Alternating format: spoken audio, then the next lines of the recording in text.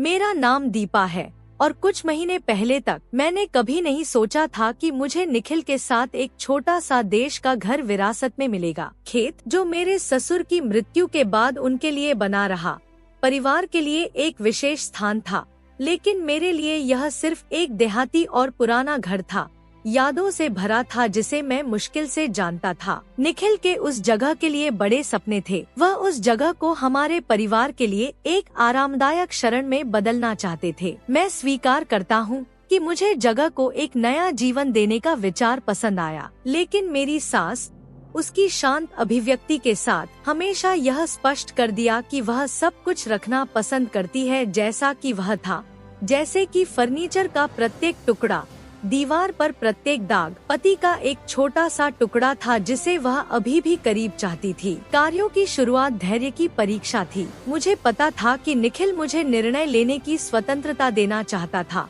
लेकिन साथ ही यह ऐसा था जैसे हमें उसकी माँ की मौन स्वीकृति की आवश्यकता थी। पहले दिन जैसे ही राजमिस्त्री टाइल्स और पेंट के बक्से लाए, मैंने देखा कि मेरी सास दरवाजे पर खड़ी थी। उसकी आंखें दीवारों पर टिकी हुई थी, जैसे कि वह किसी को अलविदा कह रही हो। जब मैंने पूछा कि क्या सब कुछ ठीक है, तो वह थोड़ा मुस्कुराई और घुटी हुई आवाज में जवाब दिया, यह जगह किसी को भी पता है कि मेरे बारे में अधिक है। उस पल में मुझे एहसास हुआ कि खेत एक स्मृति से कहीं अधिक था, लेकिन मुझे अभी भी उस वजन का कोई अंदाजा नहीं था जो उन दीवारों ने उसके लिए किया था। जैसे जैसे दिन बीतते गए, उसका प्रतिरोध और अधिक स्पष्ट होने लगा। हर बदलाव के साथ मैंने प्रस्तावित करने की कोशिश की, एक हटाई गई दीवार, एक नया रंग, या यहाँ तक कि फर्नीचर का एक परिवर्तन। वह असहज थी। सबसे बुरी बात यह थी कि उसने इसे सीधे नहीं कहा, लेकिन छोटे संकेत दिए, एक लंबी आह, एक उदास नजर, या बातचीत के बीच में एक भारी चुप्पी। कुछ बिंदु पर मुझे लगा जैसे मेरा हर विचार एक व्यक्तिगत अपराध की तरह महसूस हुआ, जैसे कि मैं कुछ पवित्र मिटाने की कोशिश कर रहा था। यह मुझे विभाजित कर रहा था।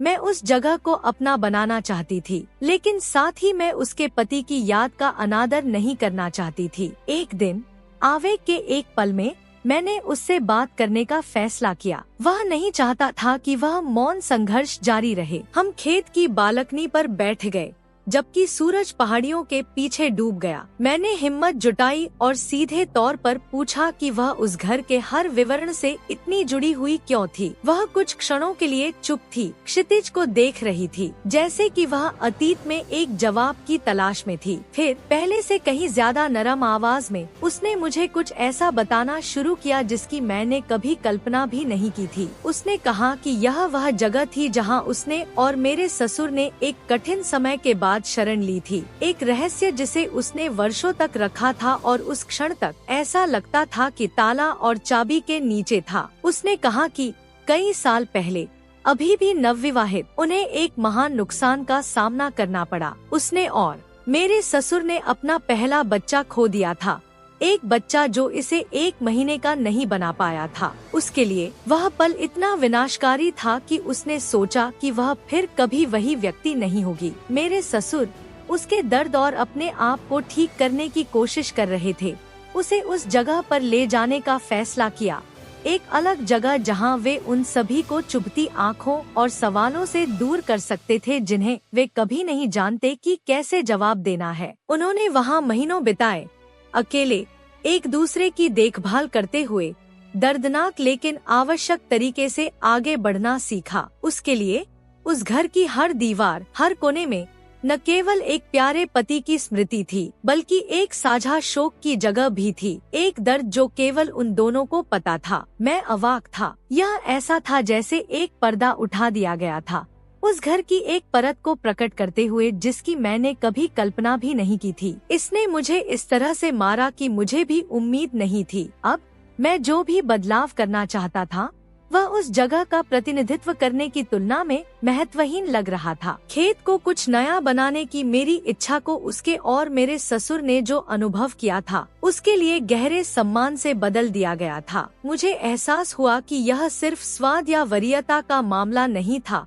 यह उस स्थान के हर विवरण के साथ एक भावनात्मक लिंक था, कुछ ऐसा जिसे वह डरती थी कि अगर वह बदलाव होने देती है तो वह खो देगी। उस बातचीत के बाद मुझे लगा कि मुझे निखिल से बात करने की जरूरत है। मुझे पता था कि वह भी खेत का नवीनीकरण करना चाहता था, लेकिन शायद मुझे नहीं पता था कि यह उसकी माँ के लिए कितना महत्वपूर्ण था। जब मैंने उसे सब कुछ बताया तो वह चुप था। उसकी आंखें थोड़ी आंसू बहाती थी जो उसने खोजी थी, सकी गहराई को अवशोषित कर रही थी। निखिल का हमेशा से अपनी माँ के साथ करीबी रिश्ता रहा है, लेकिन उसने यह कहानी कभी नहीं सुनी थी। उसके लिए यह उसके एक पक्ष को जानने जैसा था जो हमेशा छिपा हुआ था, उसके जीवन का एक हिस्सा जिसे उसने संरक्षित रखा था, शायद उसे और उसके आसपास के सभी लोगों को बख्शने के लिए। साथ में हमने फैसला किया कि जितना हम अपनी खुद की जगह चाहते हैं, हम उस बंधन का सम्मान करेंगे। बाद के दिनों में हमने अलग अलग आँखों से जगह को देखना शुरू कर दिया। लकड़ी का हर टुकड़ा, दीवार की हर दरार एक कहानी कहती प्रतीत होती थी। समय के साथ मुझे एहसास हुआ कि मैं अपनी सास को इतना पसंद किए बिना कुछ चीजों को अपनी शैली में ढाल सकती हूँ। तभी एक विचार आया, सब कुछ पुनर्निर्मित करने के बजाय हम घर के मूल तत्वों को बहाल और संरक्षित करेंगे, जबकि उस भावना को बनाए रखेंगे जो उसके लिए बहुत मायने रखती थी। विचार अतीत को जीवित रखने के लिए था, लेकिन छोटे स्पर्शों के साथ जो हमारी यादें थी, जैसे कि नए फर्नीचर या घर के चारों ओर बिखरे हुए कुछ तस्वीरें। इस प्रकार साइट सभी के लिए उपचार और स्मृति का स्थान हो सकती है। इस नए दृष्टिकोण के साथ मेरे और मेरी सास के बीच की गतिशीलता पूरी तरह से बदल गई है। जब उसे एहसास हुआ कि हम उसकी यादों का सम्मान कर रहे हैं, तो वह और भी खुलने लगी। उसने हमें घर के कोने दिखाए जो उसके लिए खास थे और मेरे ससुर के साथ बिताए समय के बारे में कहानियाँ सुनाई। मुझे पता चला कि उसके पास एक अनुष्ठान था। हर साल अपने पति के जन्मदिन पर वह खेत पर रात बिताती थी, एक मोमबत्ती जलाती थी और उन क्षणों को याद करती थी जो वे एक साथ रहते थे। उसके लिए वह स्थान पवित्र था, एक शरण जहां वह नुकसान के दर्द के बिन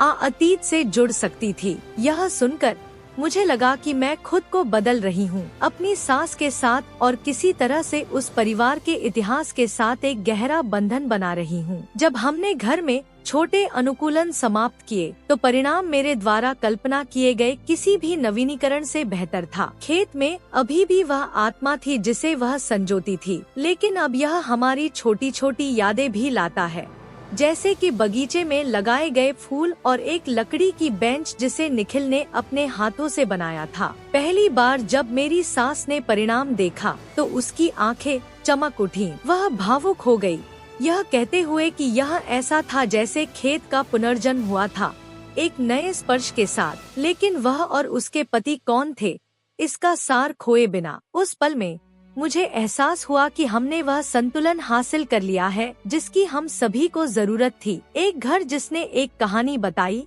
लेकिन हमें नए अध्याय लिखने का मौका भी दिया। अंत में वह साइट एक नवीकरण परियोजना या विरासत के एक टुकड़े से कहीं अधिक बन गई। यह ऐसा था जैसे मुझे एक और अधिक मूल्यवान उपहार मिला था, मेरी सास का विश्वास और मेरे पति के परिवार को आकार देने वाली कहानी को बेहतर ढंग से समझने का अवसर। धीरे धीरे मुझे एहसास हुआ कि यह प्रक्रिया मेरे लिए आत्मखोज की यात्रा भी थी। मैंने सीखा है कि कभी कभी किसी और के भावनात्मक स्थान का सम्मान करना कनेक्शन बनाने का एक शक्तिशाली तरीका है। आज हर बार जब मैं खेत में जाता हूँ तो मुझे लगता है कि मैं किसी बड़ी चीज का हिस्सा हूँ, कुछ ऐसा जो जीवन भर की यादों को संजोए रखता है और यहाँ तक कि हमारे व्यक्तिगत स्पर्शों के साथ हम उस सार को जीवित रखने में कामयाब रहे जो उस जगह में हमेशा रहा है। अनुकूलन पूरा होने के बाद मेरे ससुर के पहले जन्मदिन पर हम सभी एक परिवार के रूप में खेत में गए। मेरी सास ने हर साल की तरह अपनी मोमबत्ती जलाई,